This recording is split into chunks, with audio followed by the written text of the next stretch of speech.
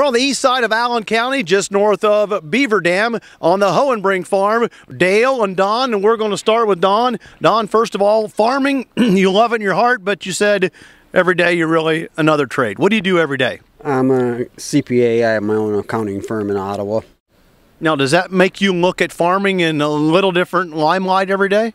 I don't think so. I really don't. I look at it as just another business. But it's your business. Right. It comes out of my pocket.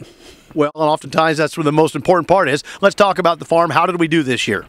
Well, the yields so far this year have been really great compared to how dry it's been. I mean, we got corn running 185 bushel, low of about 163, and beans at 57 down to 47. So for the year, it's really good.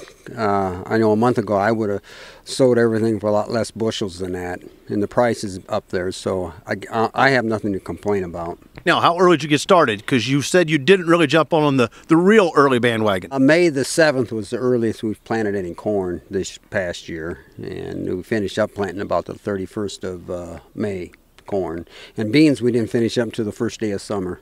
Let's check in with Dale, because Dale, as we take a look around the farm and things, you actually helped to build some things. Heather's got some video of a reel that you made. I'm assuming that was for a couple years ago when Mother Nature decided to lay down the corn crop. That's correct. I guess it was 2 harvests ago. We had a hurricane came through, and we had a lot of corn that was on the ground, and we were thinking of buying one or if we could make one, and I decided we could probably fabricate our own and get exactly maybe what we wanted, and so we went from there.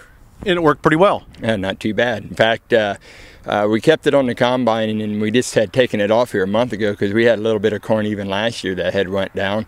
So we just let it run along for the ride, so to speak, and used it where we needed it, and otherwise it was just there.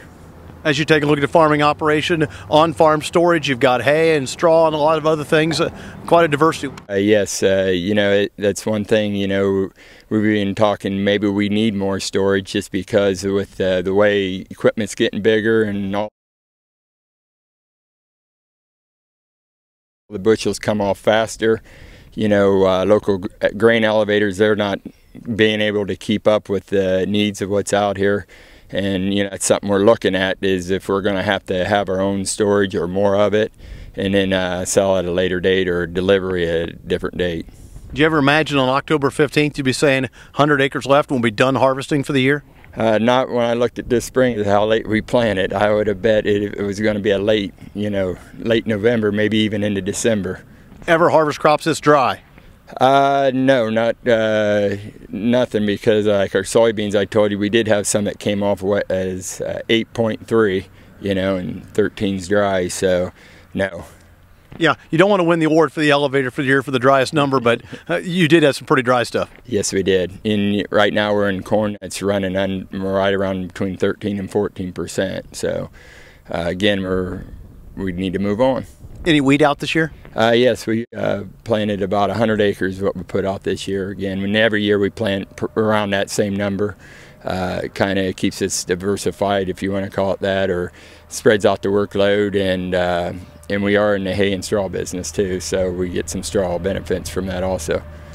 We've enjoyed being out with the Hohenbrinks for the day, the last of our Feeding Farmers in the Field programs.